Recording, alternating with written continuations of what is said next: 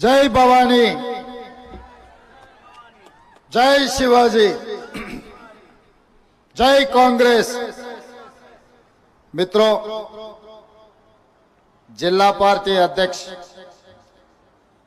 BR कदम के नेतृत्व में बोकर विधानसभा कांग्रेस पार्टी के अभ्यर्थी पप्पू पाटिल को जिताने के लिए एनसीपी नेतागण, तेलंगाना से आए हुए मेरा साथी मंत्रियों और AICC के नेतागण, मेरा बहुत प्यारे महाराष्ट्र के जनता को मैं नमस्कार करना चाहता हूं।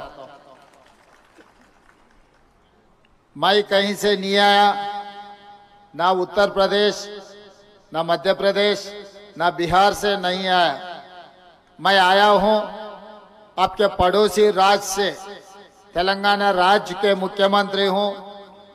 जब निजाम की सरकार, उसके बाद आजादी मिलने के बाद भी हम लोग मिलजुल के रहे थे।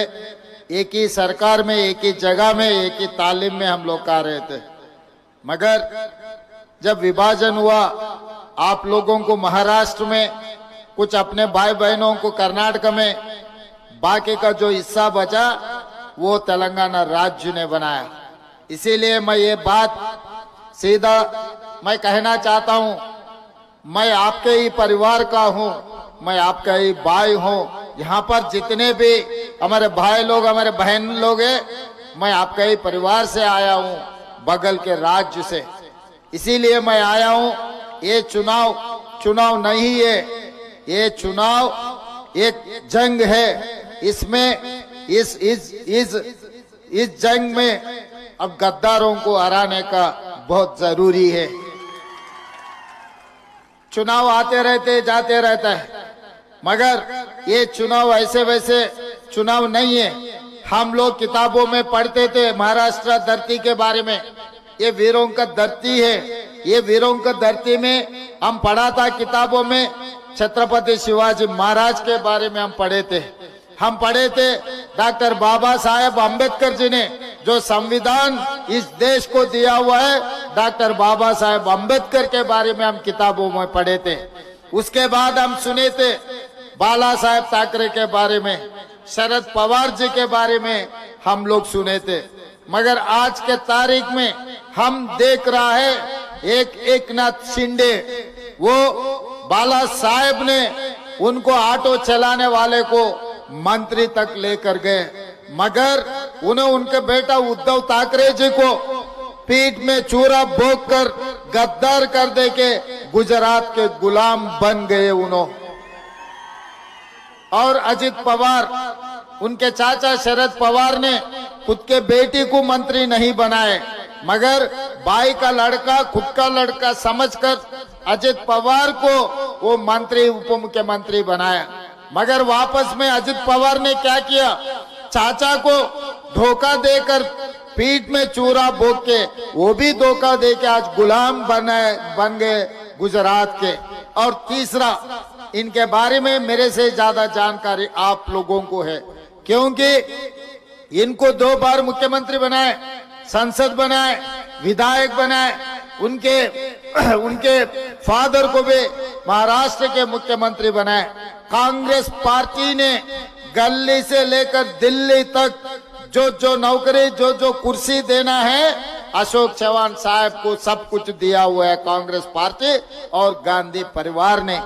उन्हें वापस क्या किया, अपने को, गांधी परिवार को, कांग्रेस पार्टी कार्यकर्ताओं को, खासकर ये नांदेड़ पार्लियामेंट क्षेत्र में जितने उनको मदद दिया हुआ है, सबको धोखा देके, सबके पीठ में चूरा भोंक के आज जाके मोदी के सामने गुलामगिरी कर रहा है। मैं पूछना चाहता हूं ये बोकर के जनता से, अगर कहीं बाहर गए आप लोग, आप कहां से आए बोले तो आप बोकर से, या नहीं तो नांदेड़ क्षेत्र से आया बोले तो आपके नेता कौन है, अशोक चव्हाण, ऐसा कुछ बात आए तो आप सर झुकना पड़ता, क्योंकि ये धोखेबाजों का अड्डा बनाने के लिए कोशिश कर रहे हैं। एकनाथ शिंदे जी ने, अजित पवार ने, अशोक चव्हाण ने ये महाराष्ट्र राज्य को एक धोखेबाजों का अड्डा बनाने के लिए कोशिश कर रहे हैं। हर केस ऐसे नहीं होने देना, क्योंकि हर मिनट यहाँ से कोई भी कुछ काम है, बच्चों पढ़े लिखने के लिए हैदराबाद खासकर तेलंगाना आते रहता है। मैं उन लोगों से बातचीत करते रहता हूँ, पूछताछ करते रहता हूँ क्या हो रहा है, क्या करना साहब, हमारा इतिहास अलग है, इसके धरती का पुत्र वीरों का धरती है, मगर आज धोखेबाजों का, गद्दारों का अड्डा बनाने के लिए ये लोग कोशिश कर रहे हैं। ये दुखी की बात है।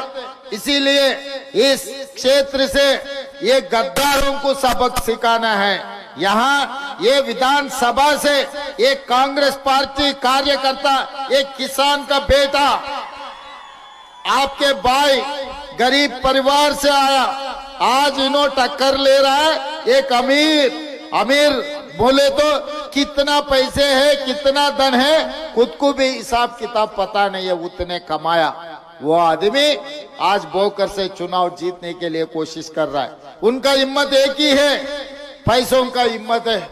अगर चाहे तो शराब पिलाएंगे और पैसे बांटेंगे।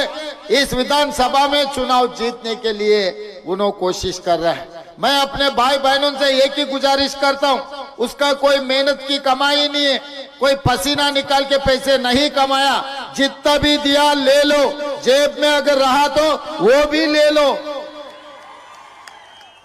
अगर वो भी खत्म हो गए उनके घर पे जाके घर में जो जो चीजें हैं वो भी मांग के ले लो, क्योंकि जो धोखाबाज है उनको सबक सिखाना है।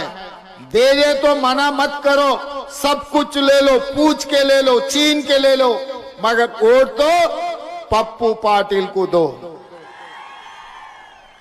क्योंकि इस चुनाव में ईमानदार जीतना है। अगर ईमानदार नहीं जीते, पैसों का मालिक, धोखेबाजों का मालिक, झूठे बोलने वाला मालिक, हिंदुस्तान में झूठों का अगर कहीं पर कंपटीशन हुए तो झूठ बोलने में मोदी से कोई बड़ा नहीं है। उनका नंबर 1 नंबर है, झूठे वालों का नंबर। इसीलिए आज मोदी जी को हराना है, अशोक चव्हाण जी को, फिर आगे राजनीति में वो दिखना भी नहीं। उन्होंने आपके नाम इतना खराब कर चुके हैं, कांग्रेस पार्टी को धोखा दिया हुआ है, उनको भी हराना है। और इनके साथ साथ अपना लोकसभा का भी चुनाव हो रहा है। रविंद्र चौहान को मैं अभी धर्माबाद में छोड़कर आ रहा हूं, क्योंकि वहां के कैंडिडेट को जिताने के लिए वहां पे जलसा लगा है। मुझे सोलापुर जल्दी भागने का था, मैं वहां नहीं जा सका, इसीलिए डॉक्टर मृणाल पाटिल को वहां पर चुनाव जिताने के लिए इनको रविंद्र चौहान को मैं वहां पर भेज दिए। मैं बोकर के जनता के सामने, मैं धर्माबाद के जनता को भी मैं गुजारिश करना चाहता हूं, वहां पर भी कांग्रेस पार्टी उम्मीदवार मृणाली जी को भी वहां चुनाव में जिताने का बहुत जरूरी है, क्योंकि इस बार महाराष्ट्र में विकास महाविकास आघाड़ी का सरकार बनाना है। इसीलिए हर सीट, हर विधानसभा अपने लिए बहुत कीमती है। इसीलिए धर्माबाद में मृणाल जी को और बोकर में अपना पप्पू पाटिल को जिताने का जरूरी है। वैसे ही नांदेड़ लोकसभा क्षेत्र में भी रविंद्र चौहान को सबसे ज्यादा बहुत मेजॉरिटी देकर उन्हों को भी जिताना है। और मोदी जी ये कह रहे हैं कि तेलंगाना गारंटी के बारे में कुछ बोलना शुरू किए। मैं इस मंच से मोदी जी से ये सवाल करना चाहता हूं, आप 11 साल हो गए प्रधानमंत्री बनकर, मैं मुख्यमंत्री बनके 11 महीने हुआ। अगर बहस करना चाहता है तो मैं दिल्ली आऊंगा, नहीं तो आपके फडणवीस है, कौन है आपके जो साकी रहता है, आपके पट्टे हैं एकनाथ शिंदे और अजित पवार, फडणवीस को, तीनों को हैदराबाद भेजो। होना बोले तो हवाई जहाज ही मैं दूंगा, हवाई जहाज मैं दे के बुलाऊंगा। हम लोग, सोनिया जी ने जो 6 गारंटी दिया हुआ है, हम लोग गारंटी निभाए। खासकर यहाँ के किसानों से मैं एक ही बात करना चाहता हूँ, मैं एक बात बोलना चाहता हूँ, हम सरकार बनने के बाद चुनाव के समय पर 2 लाख रुपए किसानों को कर्जा माफी के बारे में हम गारंटी दिया हुआ है। वो गारंटी हम तेलंगाना में 25 दिन में 18,000 करोड़ रुपए 22-23 लाख किसानों परिवारों को हम 18,000 करोड़ रुपए कर्जा माफी किए, उनके बैंक खाता में आज डाला। इसीलिए महाराष्ट्र में, इस राज्य में सबसे ज्यादा किसानों का आत्महत्या हुई।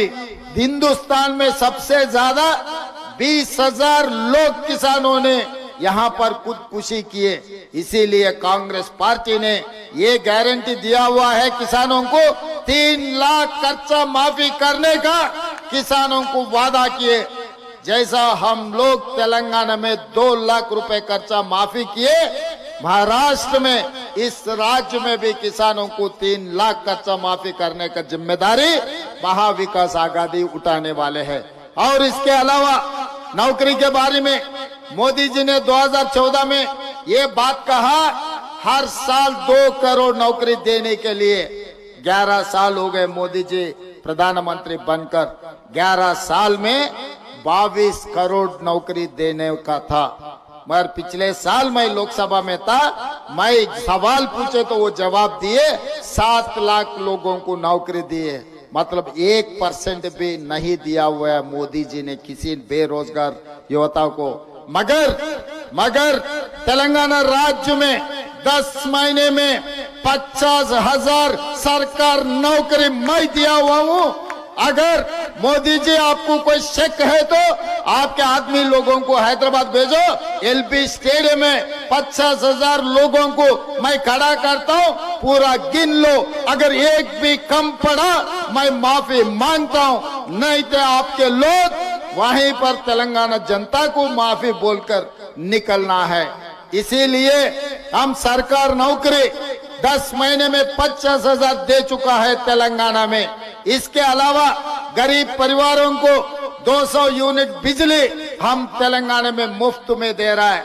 50 लाख गरीब परिवार आज 200 यूनिट आज तेलंगाना में वो लोग इस्तेमाल कर रहा है। और सिलेंडर आज महाराष्ट्र में मेरे ख्याल से हमारे बहन, हमारे दीदी लोग बोलना है, हमारे माँ लोग बोलना है 1100 रुपए है, मगर तेलंगाना में 500 रुपए में आपको सिलेंडर मिल रहा है। सोनिया जी ने आदेश दिया हुआ है 500 रुपए में सिलेंडर देने के लिए। कम से कम 50 लाख लोग परिवार को आज 500 रुपए में सिलेंडर मिल रहा है। इसीलिए हमारे माँ, हमारे बहनों से मेरा एक ही गुजारिश है, सबसे ज्यादा मेजॉरिटी या भोकर विधानसभा से पप्पू पाटिल को जिता दो। आप लोगों का 5 गारंटी निभाने का जिम्मेदारी इन्हों लेंगे, उनके साथ मैं भी लेता हूं। रविंद्र चौहान को आप लोकसभा में आप भेजने का बहुत जरूरी है। एक वोट दो, आपको 2 सेवक मिलने वाले हैं। एक सेवक पप्पू पाटिल है, दूसरा सेवक तेलंगाना मुख्यमंत्री रेवंत रेड्डी आपके सेवक बनकर आप लोग एक आवाज दिए तो फिर बोकर मैं आऊंगा। इस बार कांग्रेस के उम्मीदवार शिवसेना और एनसीपी के मदद से इस चुनाव में जिताओ। आप लोग इनको अच्छा मेजॉरिटी से जिताने, आप लोग तैयार है जिताने के लिए? तैयार है? तैयार है? सब लोग हाथ उठा दो। जय कांग्रेस, जय जय कांग्रेस। धन्यवाद मित्रों।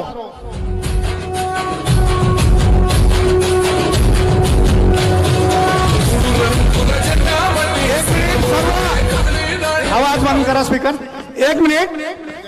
तालुका काँग्रेस कमिटीच्या स्थानिक नेतृत्वावर विश्वास ठेवून येथे काही जाहीर प्रवेश होत आहेत माननीय मुख्यमंत्री साहेबांच्या हस्ते। तरी मी ज्या ज्या व्यक्तींची नाव घेतो त्यांनी व्यासपीठावर यावं।